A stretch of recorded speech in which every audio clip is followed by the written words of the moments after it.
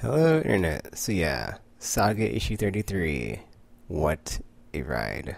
That was really good. So yeah, it's basically following the two reporter characters that we saw earlier meet the brand before she silenced them with her poison that was injected into them by Sweet Boy, her dog. And it was like they couldn't talk about the stuff they knew about Marco and Alana, or their heads would explode or something. But apparently, after she died, the spells weren't off. So yeah, that's where we uh, come in at this issue where we have the photographer in the room, like developing the I completely forgot what that's called. Developing film in one of those rooms where like you can't have like light or it'll mess it up. And then somebody bursts in and they're like, look, the brand's dead. We can totally talk about that thing that we couldn't talk about before." And they have this like newspaper. That's basically well. There's more to this, but it's mainly these two going through and like getting leads on Marco and Alana. So they're talking to their boss about it, and then because one of them's like, "Well, how do you know the spell has worn off?" And he's like, "Watch this." He's like, "One of our sources says that a female soldier from Landfall on the lam with an enemy fighter from Wreath, along with, get this, their, or wait, hold on. Well, yeah, blah, blah, blah. Along with, get this, their love child, blah, blah, blah. How they're, just on the run." And then, their boss is like, "Oh, okay, whatever." And so, and so they're at the airport and they're leaving. And then, like, you have let's see, I think, yeah, the tall dude is the writer, and like the short dude is the photographer. So you have the photography dude's like, "Okay, I don't know why you're not letting this go, or why do you think that this is actually happening? Where's your leads coming from here, dude? This case is like years old, and we should just move on." And he's like, "Oh, but I got all these leads about the fact that Alana was playing Zipless on the circuit, and she had like this direct quote from one of Oswald Heist's novels. So it's got to be them, because they love that guy, or at least she loves that guy's books." Oh, then he pulls out a picture of here's this lady named Jenny. She made this post on this newspaper about Marco, blah blah blah. So we can track him to there, and then from there see where they went, because I'm pretty sure something happened, and apparently there was some sort of kidnapping or something. The photographer's like, "Wait, what kid? What? Who? What? Yeah, it's like, just like, where are you taking me on this crazy trip of like trying to find answers here?" Let's see. Okay, then they meet up with Jenny, and then they're just asking her stuff, and it's pretty interesting because not only did like Marco like it, yeah, it's like they when they're like talking to her about Marco, and apparently came and got this armor and sword and crap, but he had shown up in an issue before this one when they go to find Hazel and Alana and the grandma, like when they've been kidnapped by Dango. When Marco shows up again with Prince Robot, he has like armor and a sword. It's like they never explain that, because it's like he just shows up with armor and a sword, and it's like he didn't just have that on him, so what the F? And then in this one, you find out that's where he got it from, was from Ginny, and that she had let him borrow it. And then he comes by again and be like, "Oh, it's probably gonna be a while before you get this back, so sorry about that." But she's just like, it's funny too, because she's telling them all the stuff, and from the reader's perspective, it's true, but then from their perspective, they're super, well, they're not super skeptical, but they're a bit skeptical of like, did this really happen? Oh, and there was a shooting with a drone, really, at the what's it called?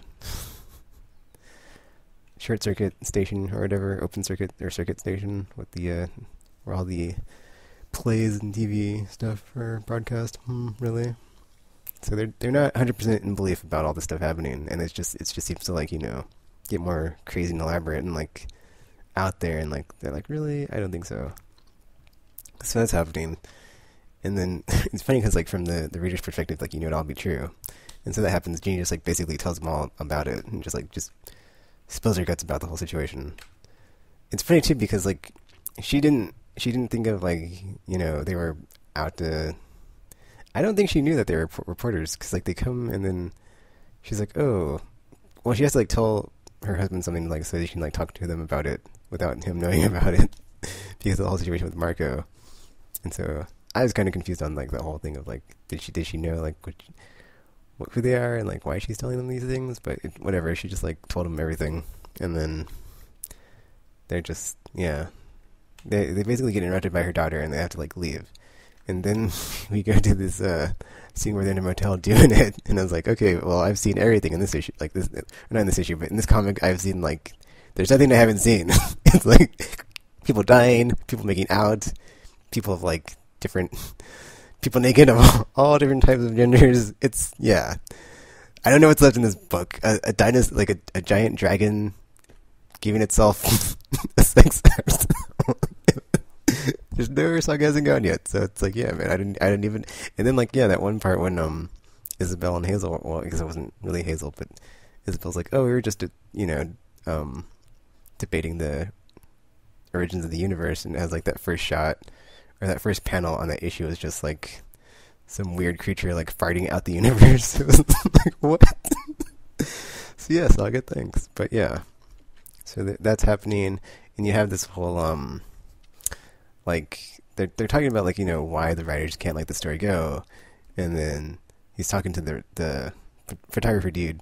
And he's like, are you saying that this is analogous to our struggle as homosexual individuals, and like we should follow this case because we can shed light? And then people keep like, oh, well, look at these two people that were.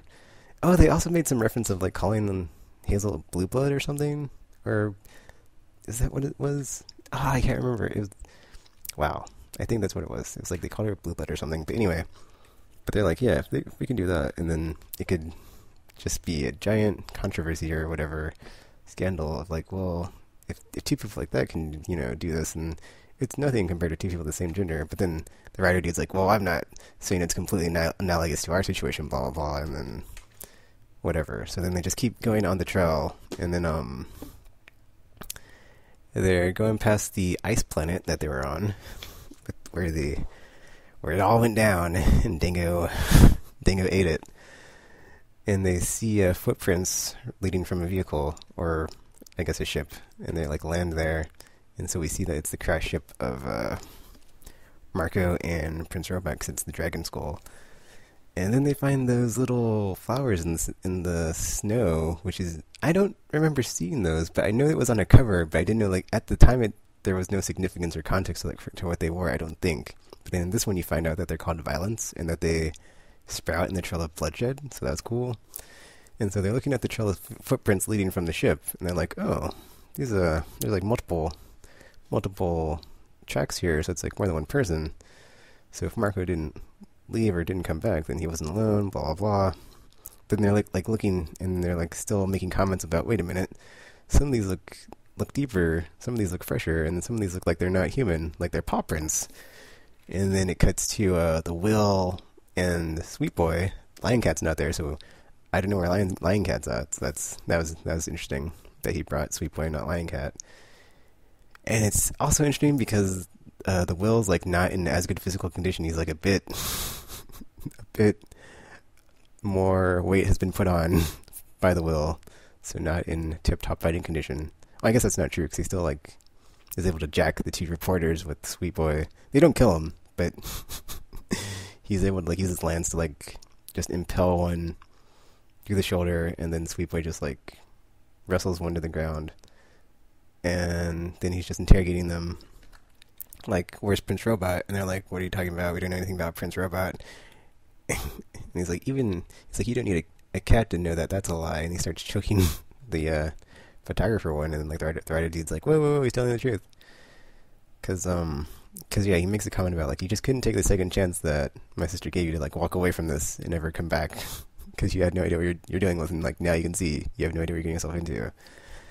And then like the Will has like this little like mini episode where he's like talking to the Spectre, the Stalk.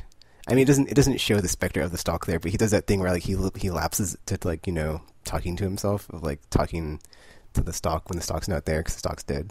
And so he does that, that was pretty cool because it was like, Will's kind of losing it just a bit, and then like the writer dude's like, oh crap, this guy's a bit mentally ill or unstable, and then he's like, hey, I'm not crazy, everything's cool. So yeah. Oh, and then like also before this happens, he like has this chunk of meat, and he's like, man, I had this piece of meat, and I had a dog to follow the scent, or a bloodhound to follow the scent, and then I still was nearly beat here by the infamous Dolphin Upshur. And then like the writer dude's like, hey, it's Upshur and Doff. Okay, writer gets the first byline. And so he's sitting there talking to him about Prince Robot, trying to like interrogate them to see if they know anything. And they're like, we don't know anything. And he's like, okay, clearly you guys don't know anything, so I'm not going to kill you. And you get to live another day. But now, excuse me. But now you effers work for me, and that's the last panel. So the reporters bit off more than they could chew, and are now in the services of the Will, and yeah, on their way to helping him find Prince Robot, because he doesn't even care about Alana and Marco. But like always happens in Saga, I'm sure there'll be that amazing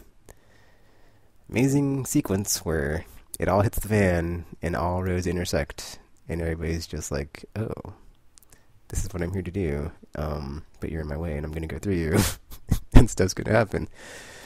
It just saddens me though, because like the Will was my favorite character in that first story arc, like to where like it ended in the lighthouse finale, and he was incapacitated. That was like, he's my favorite dude in like the whole first part of the story. And so like when he was basically sidelined because he was unconscious or whatever, and like Sophie and Gwendolyn and the Brand were going out to get the ingredients to resuscitate him, I was kind of bummed out like when he came back and he got like super mad.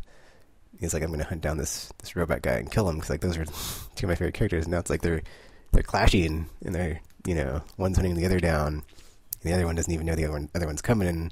And then of course you got Alana and Marco in the middle of the fray like always. So it's like, oh man, what's going to happen? What's going to go down here? So we are again on the hunt with a character as they're trying to track somebody down, as another character is on the run as they're trying to find Hazel. But yeah, that was issue 33 of Saga, and I enjoyed it. Those are my thoughts on it. So there you go. That's it for this video. Feel free to leave a like, comment, subscribe, favorite, share with your friends or not. That's cool too. And until you see or hear from me again, thanks for watching, thanks for listening, and I'm now signing off.